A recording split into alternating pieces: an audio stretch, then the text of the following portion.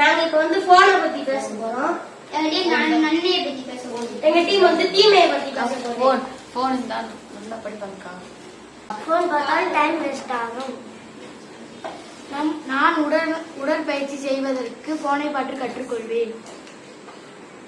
போன்ல நம்ம நிறைய கேம் விளையாடுறப்ப இதுல ஜெயிச்சா இவ்வளவு அமௌண்ட்னு சொல்லிடுவாங்க. ஃபர்ஸ்ட் நம்ம ஸ்டார்டிங்ல வந்து கொஞ்சம் கொஞ்சமா ஜெயிப்போம். அடுத்து போக நம்ம ஜெயிக்கவே மாட்டோம்.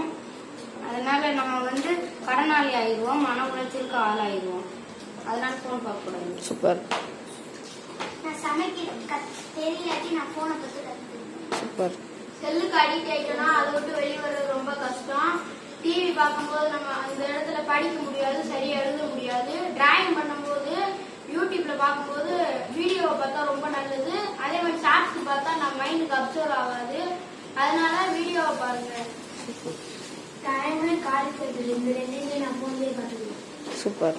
சில பேர் போன்ல கதை பார்க்கறாங்க, அது கற்பனை திறன் கம்மியானது. போன்ல ஈஸியாக நண்பர்களோட போன் பேசிக்கிறோம். சூப்பர்.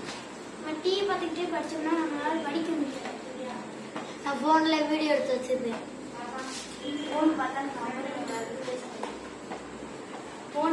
நம்பருக்கு வேஸ்ட் ஆகும். நான் இந்த இடத்துல போனா போனை பார்த்து வழி பார்த்து தான் போவேன். சூப்பர். நம்ம போனை பார்த்தோம்னா நம்ம படிப்பு வேஸ்ட் ஆகும். சூப்பர்.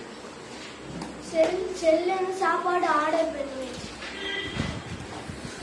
போன் பார்த்தா கண்ணு காட்டுவேன்.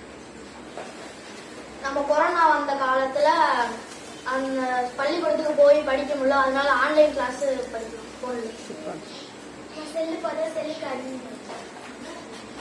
நம்ம செல்லு பார்த்தா நம்ம படிக்க முடியாது.